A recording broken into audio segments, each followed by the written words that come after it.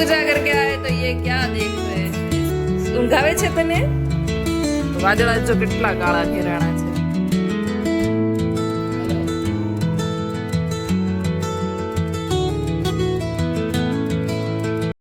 Hello friends, very good morning, જય Shri Krishna and જય Swaminarayan. Welcome back to my channel.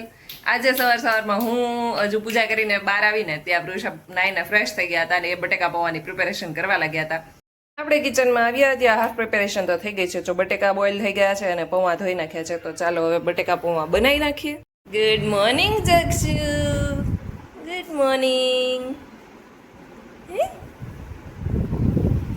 8 વાગી ગયા છે ને જક્ષુભાઈ જાગી ગયા છે. હે, તું જાગી ગઈ દીકુ?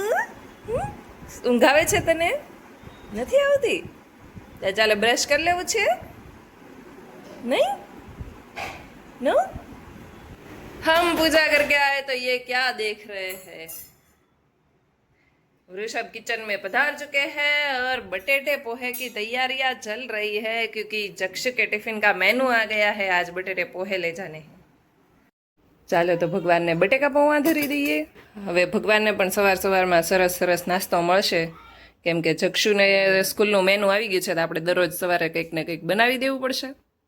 તો જમો રે પ્રભુ, થાળ જમો. અહીંયા વૃષભની જોડે જક્ષુ પણ બેસી ગયા છે બટેકા પૌવા બનાવવા માટે. હે જક્ષુ, તે બનાવ્યા? પપ્પાએ બનાવ્યા? હે, તું તો અત્યારથી શેફ બની ગયો. ચાલો સવારમાં બટેકા પૌવા ખાવા માટે.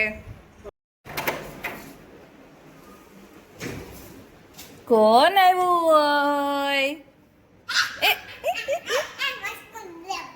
આવી ગયો?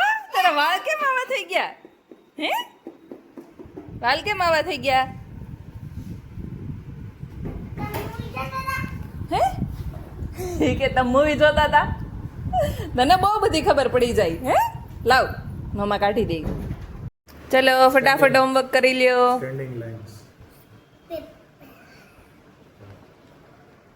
ચાલ આજે તો એક જ પેજ છે દીકુ, એક જ પેજ, પછી ફિનિશ.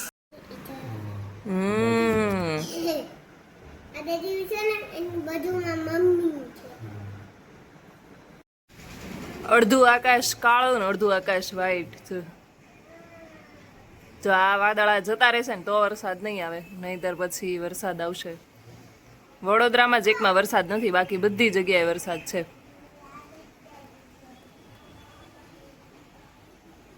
એ આવવા માંડ્યો, જો છાટા.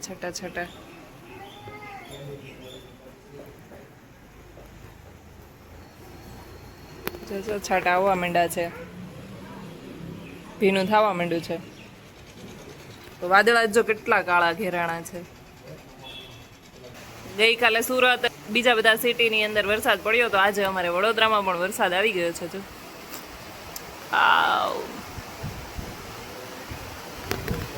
મસ્ત ઠંડુ વાતાવરણ થઈ ગયું છે. અને અહીંયા જક્ષુભાઈ કરી રહ્યા છે હોમવર્ક. હે જક્ષુ, વાવ, એક બુકનું હોમવર્ક તો ફિનિશ થઈ ગયું. હવે એટલું જ બાકી છે, જો 2 લાઇન્સ. ઓકે, હા ચાલો હોમવર્ક કરી લે. વરસાદની હવે શિયાળો, આંબાલાલ કાકાની આગાહી સાચી પડી.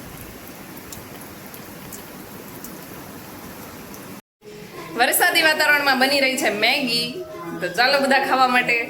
ચાલો તો આપણી મેગી તો બની ગઈ છે. કોને અમારી જેમ વરસાદમાં મેગી ખાવી કે નૂડલ્સ ખાવા કે ચાઇનીઝ કઈ ફૂડ ખાવું મજા આવે છે, એટલે કોમેન્ટ કરીને કહેજો. 5 વાગી ગયા છે ને આપણે સુધારી લીધું છે ડ્રેગન ફ્રૂટ. તો ચાલો પેલા ભગવાનને જમાડી લઈએ. અત્યારે આપણે જવાના છીએ શાક લેવા માટે, અને એટમોસ્ફિયર સારું છે. સવારે તો વરસાદ આવ્યો, મને એમ હતું કે બપોર પછી વરસાદ ના હોય ને તો સારું, કેમ કે બહુ વરસાદ હોય ને તો શાકવાળા સરખા બેઠા હોય કે ના બેઠા હોય, અડધા જતા રહ્યા હોય ને એવું બધું હોય, સરખી માર્કેટ ના ભરાણી હોય.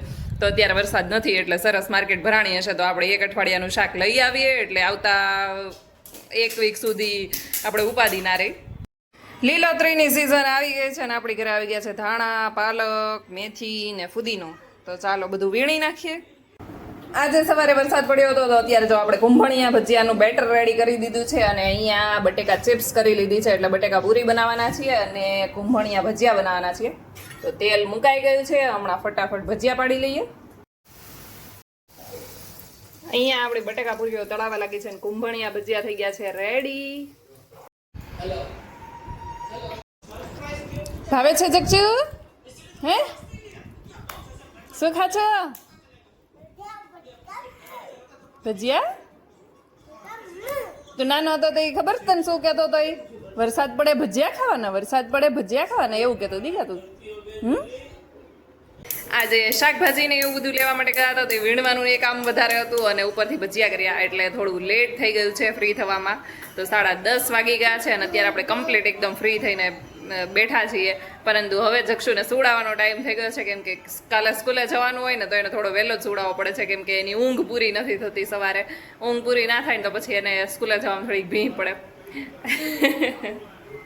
એટલે આપણે અત્યારે એને વહેલો સુવડાવી દઈએ એટલે કાલ સવારે ફ્રેશ ઉઠે ને તો ફ્રેશ મૂડમાં હોય ને તો સ્કૂલે આરામથી જતો રહી છે. બાકી એની ઊંઘ અધૂરી હોય ને તો એમ કે મને સૂઈ જવું છે એટલે આપણે ચાલો હવે 10:30 થઈ ગયા છે તો પણ એને સુવડાવવામાં લેટ જ થઈ ગયું છે છતાં પણ આપણે સુવડાવી દઈએ. ચલો કાલે છે ગુરુ પૂર્ણિમા તો ગુરુ પૂર્ણિમા માટે છે ને આપણે આવી આ ટાઈપની કંઈક પ્રિન્ટ આઉટ કઢાઈ લીધી છે અને હું વિચારું છું કે આવી રીતે કંઈક બનાવીએ કે ફૂલનો બુકે જેવું પણ અંદર ડ્રો કરેલું હોય અને આ ડિઝાઇન છે એમાંથી જે ફરતી છે એ કટઆઉટ કરીને અને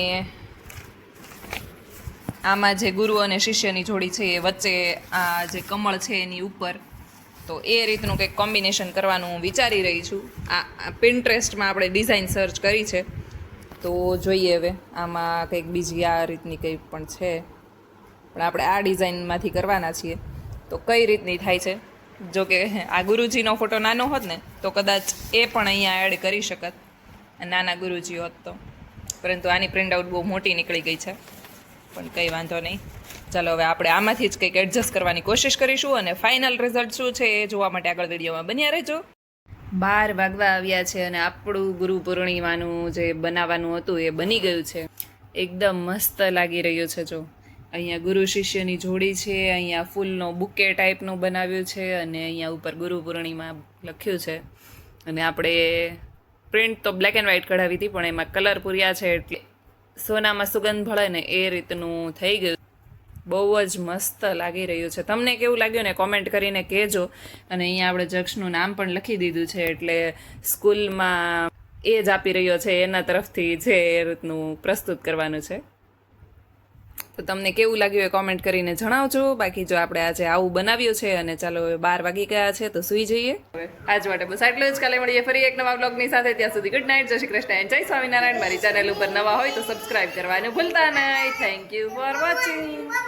સમજા.